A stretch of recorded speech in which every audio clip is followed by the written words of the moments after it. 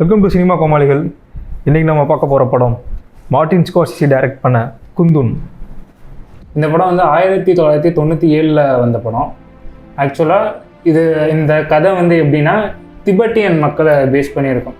அதாவது அந்த காலத்தில் சைனீஸ் கம்யூனிஸ்ட் என்ன பண்ணியிருக்காங்க, திபெத்தியனை வந்து நீங்கள் இந்த ஸ்பிரிச்சுவல்லாம் விட்டுட்டு இந்த திபெட்டியனை வந்து எங்ககிட்ட ஒப்படைச்சிருங்க அப்படின்னு சொல்லிட்டு அந்த 14வது தலாய்-லாமா அவரை வந்து எக்ஸைல் பண்ணுறது தான் அவங்களோட திட்டமாக இருந்துச்சு. அதில் வந்து இவர் தப்பிச்சு இந்தியாவுக்கு போகிறாரு. ஸோ இதுதான் வந்து பேசிக்கான ஒரு ஒன்லைன் ஸ்டோரி. அதாவது மதத்துக்குள்ளே என்ன மாதிரி பிரச்சனைகள் இருக்குது அப்படின்றத அந்த கம்யூனிஸ்ட் பார்வையிலேருந்து இந்த படம் சொல்லுது, ஆன்மீகத்தோட பார்வையிலேருந்து இந்த படம் சொல்லுது. ஓகேவா? அந்த கம்யூனிஸ்ட் கண்ட்ரி இருக்குல்ல, சைனா மாதிரியான கம்யூனிஸ்ட் கண்ட்ரிகள் எப்படி வந்து திபெத் மாதிரியான ஆன்மீக நாடை வந்து கபலீகரம் பண்ணி முழுக்க அந்த ஒரு கம்யூனிசம்னா என்ன நினச்சிக்கிட்டு இருக்காங்க அப்படின்னா, அது வந்து வந்தால் நம்ம கண்ட்ரிக்கு வந்து ஒரு விடிவெளி வந்துடும். அப்படி சொல்ல வரல. கம்யூனிஸ்டோட 6 சித்தாந்தங்கள் ரொம்ப சிறந்த சித்தாந்தங்கள் தான், அப்படி இல்லைன்னு சொல்ல வரலான்னு. அப்போ இது வந்து ஒரு ஒர்க்கிங் ரிலேட்டட் பேட்டர்னுக்குள்ளே வந்துடும். ஒரு மெட்டீரியலிஸ்டிக் வாழ்க்கை முறையை வந்து இங்கே வந்து சித்தரிக்கப்பட்டுரும் அப்படின்ற மாதிரி. அதுதான் வந்து ஒரு கம்யூனிஸ்ட் மென்டாலிட்டி. கம்யூனிசம் அப்படின்றது சொல்ல முடியாது, கம்யூனிஸ்டோட மென்டாலிட்டி அது. அப்போ திபெத் மாதிரியான ஆன்மீக நாடுகள் வந்து இதை வந்து எதிர்க்கப்பட்டுச்சு. அப்போ தான் இந்த 14th தலாய்-லாமான்றது யாருன்னா புத்தருக்கு நிகரான ஒரு ஆள், ஒரு ஸ்பிரிச்சுவல் லீடர் பர்சன் இந்த திபெத்தியனில். ஆக்சுவலாக ஒரு சீன் இருக்கும் என்னென்னா, மாவோ வந்து அங்கே வருவார். அங்கே வந்து 14வது தலாய்-லாமா வந்து பார்ப்பாரு. பார்த்துட்டு ஆக்சுவலாக என்னோட அம்மாவுமே ஒரு வகையில் புத்திசம் பேஸ் பண்ணி தான் இருந்தாங்க, ஆனால் எனக்கு இதெல்லாம் வந்து சரிப்பட்டு வராது அப்படின்ற மாதிரி சொல்லுவார். இன்னொரு சீனில் வந்து பார்த்திங்கன்னா தலாய்-லாமா வந்து ஓரளவுக்கு ஒரு அடல்ட்டுன்னு சொல்லலாம். அந்த டைமில் என்ன பண்ணுவார்னா, அப்போ வந்து அந்த இதுக்கு வந்து ஒரு ராஜா மாதிரி இருப்பார்.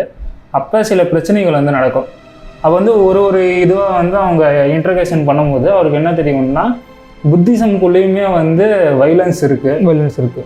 ஒரு இதில் வந்து அவங்க அந்த சுற்றி இருக்கிற ஆளுங்க வந்து கன் வச்சுருப்பாங்க. ஆமாம். ஓ, அப்போ மாங்கெலாம் வந்து கன் வச்சுருப்பாங்களா? எனக்கு இதெல்லாம் தெரியவே தெரியாது. அதாவது இது நம்ம எப்படி பார்க்கணுன்னா, அந்த கண்ட்ரியை வந்து அது வந்து ஒரு பெரிய நிலம். அதாவது நிலம்ன்றது உனக்கே தெரியும், அதை வந்து எப்படி அப்டேட் பண்ணுறது தான் இன்னொரு நாட்டோட, ஒரு பெரிய வளர்ச்சியடைந்த நாட்டோட ஒரு மோட்டிவேஷனு. நில சுரண்டல்களாக இருக்கட்டும், இம்பெரலிசமாக இருக்கட்டும், இது மாதிரியான விஷயங்கள்லாம் வந்து நம்மளுக்கு தெரியும். காலனைசேஷன்பாங்க, இந்த காலனியத்துவம்பாங்க. இப்போ நம்ம அந்த மாதிரி கண்ட்ரிஸை இது பண்ணும்போது, எக்ஸைல் பண்ணும்போது, அந்த கண்ட்ரியில் ஆன்மீகம் இருந்தாலுமே அவங்க வந்து அவங்கள ப்ரொடெக்ட் பண்ணுறதுக்கு அவங்க எடுக்கிற ஆயுதம் வந்து வயலன்ஸாக தான் இருக்கும். இதை நம்ம வந்து வேறு மாதிரியும் என்னோட பார்வையிலேருந்து நம்ம பார்த்தோம். வயலன்ஸ் அவங்க யூஸ் பண்ணுறது, ஆனால் மதத்துக்குள்ளே வயலன்ஸ் இருக்கக்கூடாதுன்றது என்னோட. ஆனால் இங்கே மதமே ஒரு வயலன்ஸாக தான் இருக்குது, அதை வந்து சொல்லாமல் சொல்லிட்டு. இன்னொன்று, நம்ம மார்ட்டின் ஸ்கார்சிசியோட படங்கள்லாம் வந்து என்ன நினச்சிட்டு இருக்கோம்னா, ராவாக இருக்கும் படம், ஆக்ஷன் படமாக இருக்குன்னு சொல்லிட்டு. ஆனால் அவர் கிட்டத்தட்ட ஒரு 4-5 மதத்தை பேஸ் பண்ணி படங்கள் எடுத்துறாரு. நிறையா சினிமாஸ் இந்த மாதிரி. சைலன்ஸ்னு ஒரு படம் எடுத்திருக்காரு, அது வந்து கிறிஸ்டியானிட்டி பேஸ் பண்ணியிருக்கும். ஆண்ட்ரி கார்ஃபீல்ட் அவங்களாம் நடிச்சிருப்பாங்க. இன்னொன்று the last temptation of Christ அப்படின்னு, அதெல்லாம் ஃபண்டாஸ்டிக். ரீசெண்டாக கூட killers of the flower moon வந்து அந்த ட்ரைபலை பேஸ் பண்ணி இருக்கும். ஸோ மார்ட்டின் ஸ்கார்சிசியோட படங்கள் வந்து டிஃப்ரெண்ட்டான ஜான்ரா. ஸ்டீவன் ஸ்பீல்பர்க் அப்புறம் இவரை சொல்லலாம். இன்னொன்று, இந்த படம் வந்து ஓடிச்சான்னு கேட்டால் கண்டிப்பாக அந்த படம் ஓடலை. டிஸ்னி சிவியூ, அந்த காலத்தில் இந்த டிஸ்னி சிவியூ வந்து என்ன சொல்லியிருக்காங்கன்னா, இந்த படம் வந்து ஒரு ஸ்டூபிட் அப்படின்ற மாதிரி சொல்லியிருக்காரு. அந்த சைனீஸ்கே வந்து இது ஒரு கேவலப்படுத்துது அப்படின்ற மாதிரி சொல்லிட்டு, அதுக்கப்புறம் வந்து இந்த படம் ஓடாதது வந்து நல்லது, ஆனால் இந்த படம் வந்தது கெட்டதுன்னு சொல்லிட்டு அதுக்கப்புறம் சாரியும் கேட்டிருக்காரு. ஸோ அந்த மாதிரி நிகழ்வுகளுக்கெல்லாம் ஆமாம், இந்த மாதிரி மனிதர்களோட வாழ்க்கையை நம்ம கதையாக பண்ணணும் இல்லையா? அப்போ அந்த விதத்தில் வந்து மார்ட்டின் ஸ்கார்சிசியோட குந்துன் வந்து ரொம்ப மிகச்சிறந்த படமாக பார்க்குறேன். ஏன்னா அதில் வர சில டைலாக்ஸ் நான் சொல்கிறேன் இல்லையா. இப்போ அவர் வந்து தலாய்-லாமா வந்து கபலீகரம் பண்ணி அது எக்ஸைலாக இங்கே வந்துடுவாங்க, அங்கே தப்பிச்சு வந்துடுவாங்க. வந்த உடனே நம்ம ஒரு இந்தியன் தான் அவரை வந்து ஒரு ரிசீவ் பண்ணுவார். இந்தியன்லேயும் அவர் வந்து ஒரு தமிழனாக இருப்பார். அவரை பார்த்தாலும் நம்ம ஒரு ஐடென்டிஃபை பண்ணிடலாம். அப்போ அவர் என்ன சொல்லுவார்னா, ஒரே ஒரு டைலாக் சொல்லுவார், ஆர் யூ த புத்தா அப்படின்ற மாதிரி ஒரு டைலாக் சொல்லுவார். அவர் என்ன சொல்லுவார் அப்படின்னா, I am not the Buddha, I am the resemblance of Buddha like the water in the moon அப்படின்ற மாதிரி சொல்லுவார். நான் புத்தர் இல்லை, நான் வந்து புத்தரோட ஒரு மறு பிம்பம் தான், நிலவிலே தெரியும் நீரிலே தெரியும் நிலவு போல அப்படின்ற மாதிரி ஒரு மிகச்சிறந்த டைலாக் வரும்.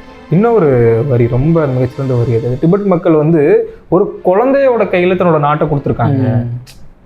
ஆட்சி அதிகாரத்தையாக இருக்கட்டும், அவங்களோட அதிகாரத்தை வந்து குழந்தையோட கையில் கொடுத்துருக்காங்கன்றத ஒரு திபெத்திய மக்களோட வாழ்க்கையோட அந்த முறையே அந்த அந்த ஒட்டுமொத்த வாழ்வுமே ஒரு குழந்தையோட கையில் இருக்குது. எந்த கண்ட்ரியுமே அது பண்ணதே கிடையாது. இது வந்து ஒரு புதுவிதமான, ஏன்னா குழந்தை தான் ஒரு கடவுள், ஒரு கடவுள் சிந்தனை இருக்குது, ஒரு கடவுள் அந்த ஒரு என்ன சொல்கிறது ஒரு ஆசீர்வாதம் இருக்குன்றத கொடுத்துருப்பாங்க.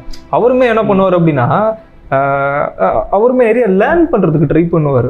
ஃபர்தர் முதல்ல அவர் வந்து ரொம்ப சின்ன, ரொம்ப என்ன சொல்ற சைல்டிஷாக இருப்பார். அவருக்கு முன்னாடி இருந்த 13th தலாய் லாமாவோட அந்த பேப்பர்ஸ்லாம் படிப்பார். ஸோ அந்த மாதிரி சொல்கிறேன். கிட்டத்தட்ட வந்து இந்துயிசம் மாதிரி தான் புத்திசம் இருக்கும். என்ன அங்கே எல்லாரும் ஈக்குவலாக இருப்பாங்க. கடவுளுக்கு கீழே இவங்க அப்படின்னு சொல்லிட்டு 2 வேறுபாடு இருக்கும். இந்துயிசம் வந்து அப்படி கிடையாது. அது மட்டும்தான் வந்து இங்கே சாமி ஆடுறது, அதுக்கப்புறம் வந்து நிறைய ரிலிஜியஸான அந்த திங்ஸ்லாம் இவங்க பண்ணுறதை வந்து அழகாக ரிச்சுவல்ஸ்ன்றது நம்ம கம்பேர் பண்ணி பார்த்தோன்னா எல்லா மதத்துலையுமே இருக்குது. வழிபாடு, ரிச்சுவல்ஸ் வழிபாடு, அந்த என்ன சொல்கிறது அவங்களோட பாரம்பரிய வழிபாடுகள் எல்லா மதத்துலையும் கிறிஸ்டியானிட்டியில் இருக்குது. பேகனிசம்னு சொல்லுவாங்க. கடவுளை அதாவது கடவுளுக்கு நேரான, அதாவது மறு உருவம் பேகன். இப்போ புத்திசமை நம்ம எடுத்துக்கிட்டோம் அப்படின்னா அவங்கள வந்து முழுக்க முழுக்க மனிதர்களை தான் மையப்படுத்தி வைக்கிறாங்க. அவர் வந்து புத்தர், ஒரு மனிதர் பிம்பம் அப்படின்ற ஒரு அதை நான் நினச்சிக்கிட்டு இருக்கேன். புத்தர் வந்து ஒரு மனித பிம்பம் தான் அப்படின்னு நான் நினச்சிக்கிட்டு இருக்கேன். ஸோ அதை வந்து அவங்க கையில் எடுக்கணும், மனிதர்களை மையப்படுத்தி வைக்கும் போது அந்த அந்த ஆன்மீக கண்ட்ரி வந்து எப்படி இருக்குன்றதை நம்ம பார்க்கணும். ஸோ வந்து இந்த படம் ஓடலனாலும் கிட்டத்தட்ட ஒரு 4 ஆஸ்கார் நாமினியாக இருக்குது.